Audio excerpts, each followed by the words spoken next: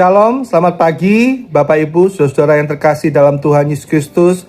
Kita bersyukur kembali di pagi hari ini Tuhan memberikan kesempatan bagi kita semua untuk kita dapat menjalani satu hari lagi bersama-sama dengan Tuhan tentunya. Mari Bapak Ibu, sebelum kita melangkah di hari yang baru, kita selalu lengkapi hidup kita dengan kebenaran firman Tuhan, karena kita sadar kita tidak bisa menjaga langkah-langkah kita tanpa firman Tuhan. Kita perlu bimbingan dan tuntunan Tuhan. Saya percaya dengan pertolongan Roh Kudus kita dapat hidup dalam perkenanan hati Tuhan. Saja kita tundukkan kepala, kita satu dalam doa. Segala puji syukur, terima kasih buat kesempatan hari ini Tuhan. Kami mau hari ini kami berjalan bersama-sama dengan Tuhan. Karena itu Tuhan tolong kami, biarlah Tuhan lengkapi hidup kami dengan kebenaran firman-Mu. Karena kami sadar firman-Mu itulah yang menjadi pelita dan penuntun bagi setiap langkah-langkah kami. Terima kasih Tuhan, urapi hamba-Mu dalam menyampaikan isi hati-Mu. Biarlah Tuhan yang bekerja, Tuhan yang berbicara bagi kami semua. Dalam nama Tuhan Yesus Kristus kami sudah berdoa dan mengucap syukur. Haleluya. Amin. Baik, Bapak Ibu saudara yang terkasih dalam Tuhan, hari ini kita akan belajar dengan satu tema yang baru, setia menjaga ketulusan hati. Kita baca dulu dalam kitab Amsal pasal 4 ayat yang ke-23. Amsal 4 ayat 23 dikatakan demikian. Jagalah hatimu dengan segala kewaspadaan, karena dari situlah terpancar kehidupan. Amin. Bapak Ibu saudara yang terkasih dalam Tuhan, dalam proses kita dibersihkan Tuhan, kalau minggu lalu kita belajar tentang proses pembersihan, ya, setiap kita akan melewati proses pemurnian, pembersihan, supaya hidup kita itu dapat berbuah lebih banyak bagi Tuhan, bagi kemuliaan nama Tuhan. Nah, hari ini kita akan melihat bagaimana kita menjaga tentang ketulusan hati. Nah, dalam proses pembersihan yang Tuhan lakukan dalam hidup kita, salah satunya Tuhan ingin membersihkan hati kita. Ya, banyak sekali kotoran-kotoran yang membuat kita tidak berkenan di hadapan Tuhan, yang mengganggu ya hati kita. Ya, istilahnya dikatakan sampah hati. Ya, oleh karena itu enggak berlebihan ketika Amsal pasal 4 ayat 23 mengatakan jagalah hatimu dengan segala kewaspadaan, ya. Kata-kata waspada itu satu kata-kata yang tidak hanya sekedar menjaga, ya. Tetapi waspada itu satu tingkatan yang lebih tinggi yang dibutuhkan dengan satu perhatian, fokus, tidak lalai sedikit pun. Ya, itu kata-kata waspada. Sama seperti kalau seseorang dalam seorang tentara itu dia ada di medan peperangan, ya. Waspada itu perlu, yang tidak hanya sekedar berjaga-jaga. Ketika mereka ada di dalam peperangan, mereka sangat waspada sekali. Matanya awas, mereka berusaha tidak sampai lengah sedikit pun supaya tidak sampai kalah dengan musuh, ya. Itu kata waspada. Ya, ada satu perhatian, fokus yang dikerahkan oleh orang tersebut, ya, untuk tidak sampai dia lengah sedikit pun. Itu waspada. Ya. Tapi kalau tidak ada dalam kondisi seperti perang, hanya berjaga-jaga biasa, seperti seorang satpam yang sedang berjaga-jaga, kadang-kadang kita masih bisa sedikit-sedikit tertidur satpam itu, ya. Ya. Nah, tetapi kata-kata waspada ini enggak. Dan apa yang harus diwaspadai? Amsal 4 di sini dikatakan hati kita harus dijaga dengan penuh kewaspadaan. Hati kita ini, Bapak Ibu saudara, setiap orang ini punya yang namanya ruangan hati kita. Ya, ruangan hati ini yang perlu diwaspadai. Ya, banyak sekali sampah-sampah kehidupan itu tertanam dalam hati kita. Sakit hati, kebencian, ya kan? Ya, hati yang rapuh, hati yang ditolak, dan macam-macam lagi sakit sampah. Ya, hati yang kecewa. Bapak Ibu saudara yang terkasih dalam Tuhan, seorang hamba Tuhan ngomong begini, ya, setiap kita tidak bisa menolak ketika kita mengalami suatu peristiwa yang mengecewakan hati kita. Ya. Kita nggak bisa nolak ketika peristiwa itu datang. Tetapi kita bisa menolak. Kita mau tetap kecewa atau kita tidak kecewa dari peristiwa yang terjadi tersebut. Itu tergantung dari kita. Makanya kata-kata jagalah hatimu dengan segala kewaspadaan sebenarnya kembali kepada kita. Bukan kepada kondisi di sekitar kita. Bukan.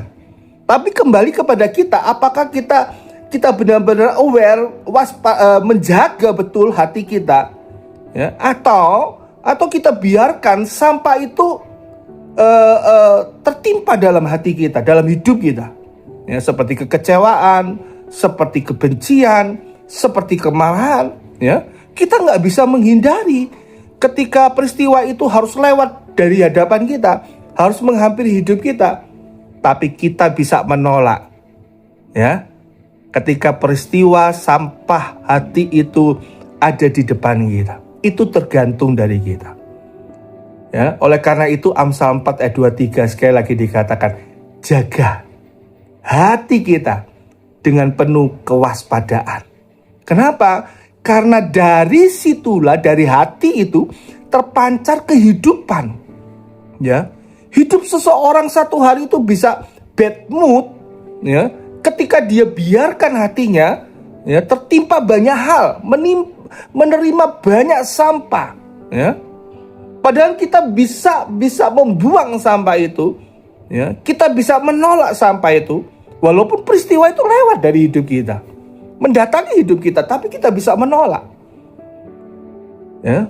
Orang akan menjadi tidak nyaman, menjadi bad mood ketika biarkan sampah hati itu ada dalam dirinya. Bapak, Ibu, saudara-saudara yang terkasih, satu ketika ada seorang ibu guru TK, ya, dia ngomong sama anak-anaknya, anak-anak besok bawa ya apel yang bagus, ya, apel yang bagus taruh di tas kresek, taruh di dalam tasmu. Setelah anak-anak bawa, kemudian oke, biarkan di dalam tasmu selama seminggu. Ya. Maka apa yang terjadi Bapak Ibu?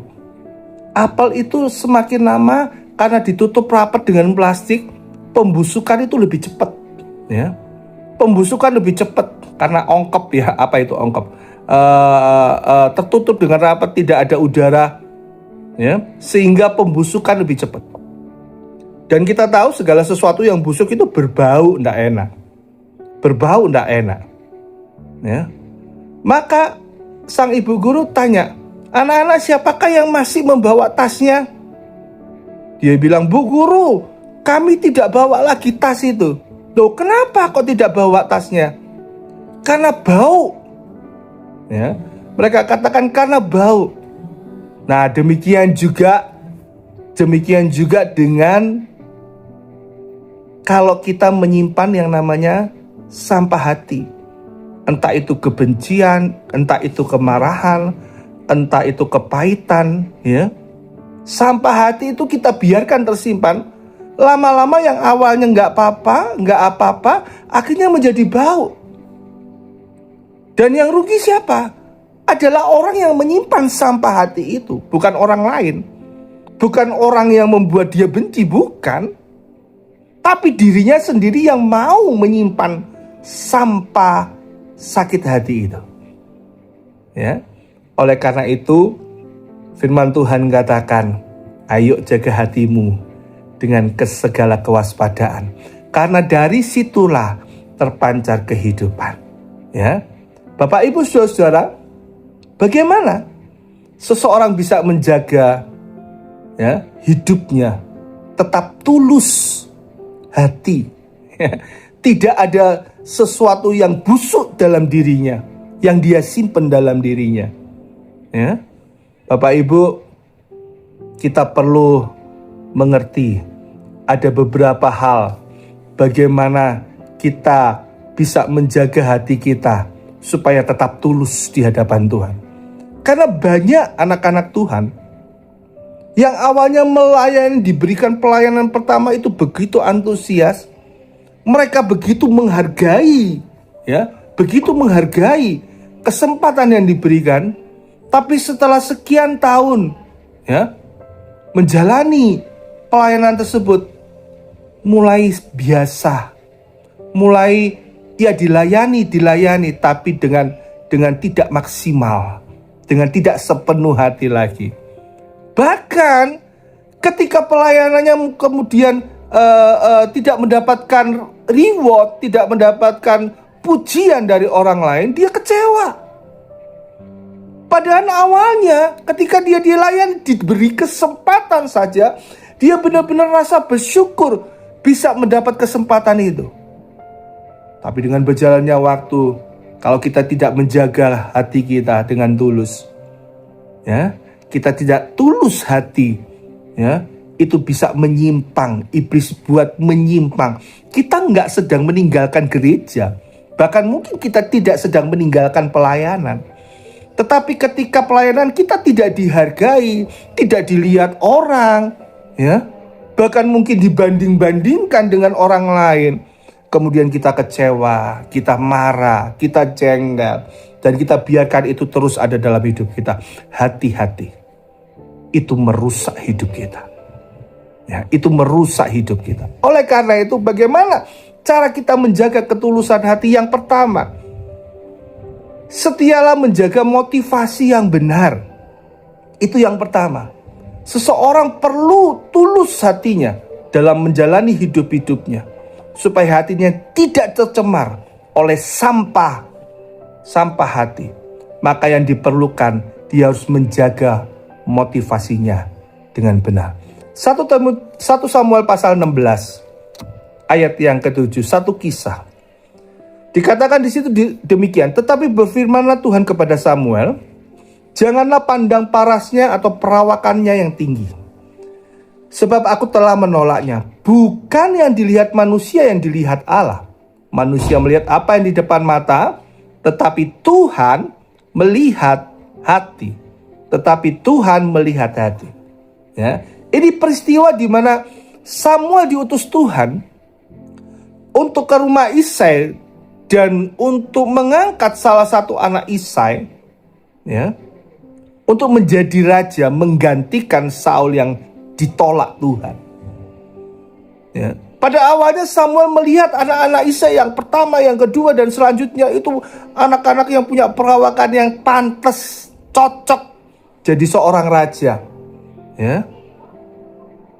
Tetapi Tuhan tegur di ayat yang ke-7 kepada Samuel, jangan pandang parasnya atau perawakannya yang tinggi, sebab aku Tuhan menolaknya.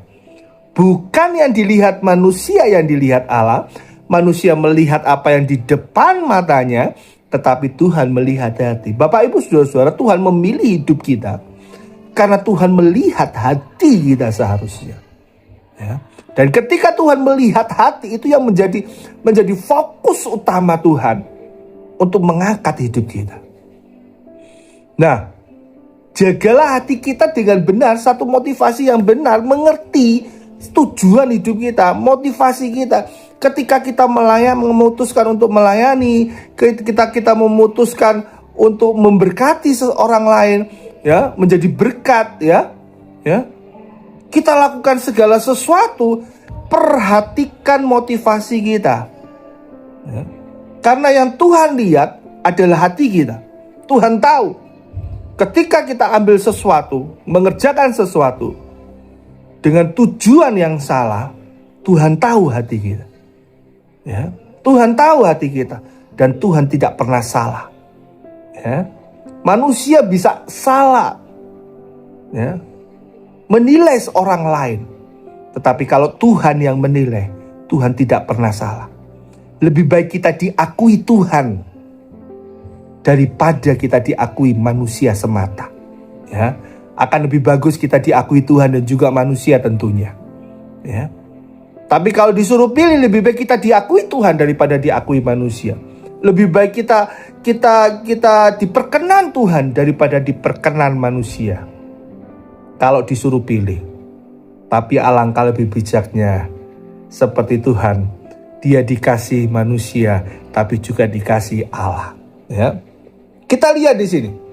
Kenapa Daud itu Tuhan lihat hatinya itu jauh lebih baik. Ya, dalam peristiwa Daud diurapi oleh Samuel, tidak serta-merta ketika urapan itu diberikan kepada Daud oleh Samuel, kemudian Daud langsung berubah jadi raja, langsung menggantikan raja, langsung menggulingkan Saul. Tidak. Bahkan ketika peristiwa itu setelah lewat, Daud justru mengalami masa-masa yang tidak enak. Ya. Masa-masa yang menyakitkan. Ya. Walaupun dia sempat ada di atas puncak karir sebagai seorang tentara, ya, karena mengalahkan Goliat, semua orang takut, hanya Daud yang berani maju, dan akhirnya kemenangan itu Tuhan berikan kepada Daud dan dia mengalahkan Goliat. Ya. Tetapi, ya, ketika Daud menjadi panglima, si Saul cemburu, si Saul marah, si Saul benci kepada Daud. Dia iri. Kenapa? Karena banyak rakyat yang memuji-muji Daud daripada Saul, sehingga membuat Saul ingin membunuh Daud. Karena dia udah merasa mungkin ya, bahwa bisa jadi ya, jabatannya sebagai raja akan berpindah kepada Daud. Dikejar Daud, akan dibunuh. Ya, akan dibunuh oleh Daud. Tapi perhatikan di situ, ada dua perbedaan yang melihat hati kita. Bagaimana hati kita ini mempunyai motivasi yang benar atau tidak. Kita lihat yang Saul dulu. 1 Samuel 15 ayat 24 dikatakan demikian. Gimana hati Saul? Ya, hatinya Saul ya. Dikatakan demikian, 1 Samuel 15 ayat 24. Berkatalah Saul kepada Samuel, aku telah berdosa sebab telah kulangkai titah Tuhan dan perkataanmu. Tetapi aku takut kepada rakyat, karena itu aku mengabulkan permintaan mereka. Perhatikan, satu ketika Saul harus menghadapi pertempuran, dan Samuel ngomong sama dia, tunggu aku, ya, tunggu aku akan datang, ya, memberikan persembahan korban. Tetapi sampai pada waktunya ternyata Saul yang mempersembahkan korban tersebut. Kenapa? Ketika Samuel datang, Samuel marah, apa yang sudah kau lakukan? Kau berbuat bodoh. Ya, Tuhan sudah menolak engkau sebagai raja. Ya, Tuhan menolak engkau sebagai raja. Ya. Akhirnya Saul ngomong apa? Aku berdosa. Dia ngakui, aku berdosa. Telah kulangkai titah Tuhan.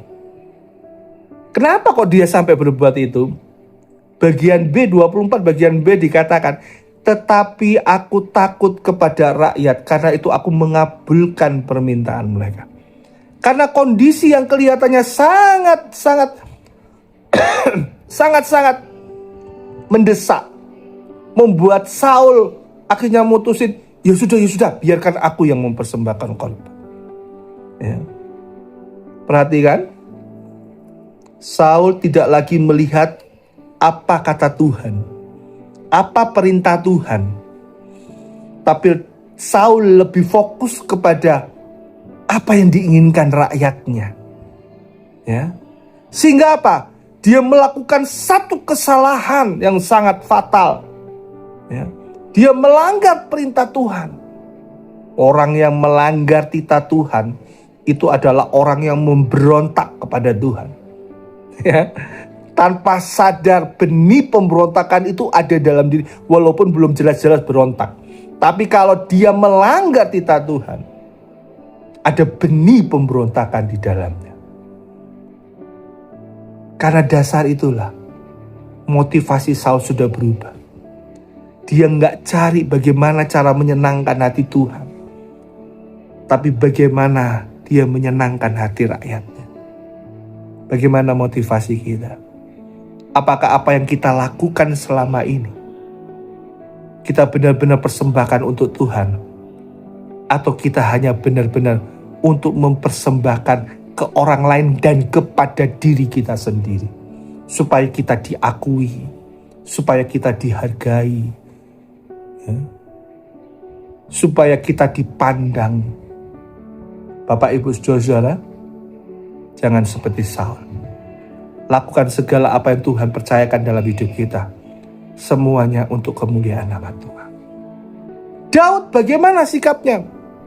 1 Samuel 24 ayat yang ke-7. Ya, 1 Samuel 24 ayat yang ke-7 dikatakan demikian. Lalu berkatalah ia kepada orang-orangnya, dijauhkan Tuhanlah kiranya daripadaku untuk melakukan hal yang demikian kepada Tuanku, kepada orang yang diurapi Tuhan, yakni menjamah dia, sebab dialah orang yang diurapi Tuhan. Daud, ketika dia dalam pelarian, dia mendapat 2 kali kesempatan untuk membunuh Saul, karena Saul sedang lengah saat itu. 2 kali kesempatan. Tapi selalu dikatakan Daud, dijauhkanlah Tuhan kiranya daripadaku untuk melakukan hal yang demikian kepada Tuanku, kepada orang yang diurapi Tuhan, yakni menjamah dia, sebab dialah orang yang diurapi Tuhan. Daud tahu kalau sebenarnya dia sudah diurapi Tuhan melalui Nabi Samuel untuk menjadi seorang raja. Ya. Daud tahu selama ini dia dikejar-kejar oleh Saul bukan karena kesalahannya, tetapi karena iri hati Daud, iri hatinya Saul. Ya. Daud tahu itu semua. Dan ketika dia mendapat kesempatan untuk membunuh, ya, seolah-olah kesempatan itu diberikan Tuhan di mukanya dia. Tapi perhatikan motivasi Daud. Dia nggak lihat ini kesempatan dari Tuhan, tapi dia lihat apa yang benar di hadapan Tuhan. Ya. Apa yang dimau Tuhan. Ya. Daud melihat bahwa Saul adalah orang yang diurapi Tuhan. Bukan haknya dia untuk menghakimi Saul. Bukan haknya dia yang menjatuhkan hukuman kepada Saul. Dia tidak berani melakukan itu. Dia serahkan itu kepada Tuhan. Ya. Dia serahkan itu kepada Tuhan walaupun dia tidak ada kesalahan sedikit pun. Dia serahkan itu kepada Tuhan. Sehingga pada akhirnya Daud menjadi raja bukan dengan tangannya, tapi dengan tangan Tuhan yang mengokohkan kerajaan Daud. Bapak Ibu, kalau kita punya motivasi yang benar, hati kita dijagai dengan satu motivasi yang benar, luar biasa. Bukan orang, bukan manusia yang angkat kita, tapi Tuhan yang akan mengangkat dan mengokohkan kita. Mari Bapak Ibu, jaga ketulusan hati. Setia menjaga supaya hati kita ini tidak tercemar. Dengan cara apa? Yang pertama, motivasimu harus dijaga. Kalau engkau sudah melayani 1 tahun, melakukan sesuatu 1 tahun, periksa apakah motivasiku masih tetap sama. Semua hanya untuk kemuliaan nama Tuhan. Dikerjakan untuk memuliakan nama Tuhan. Atau mulai menyimpang, mulai serong kepada hal yang lainnya. Kalau kita merasa kita mulai serong, kita balik lagi. Jangan biarkan 0,001 derajat kita mulai melenceng dari kebenaran. Awalnya kecil, orang bilang gak apa-apa, biasa sebagai manusia.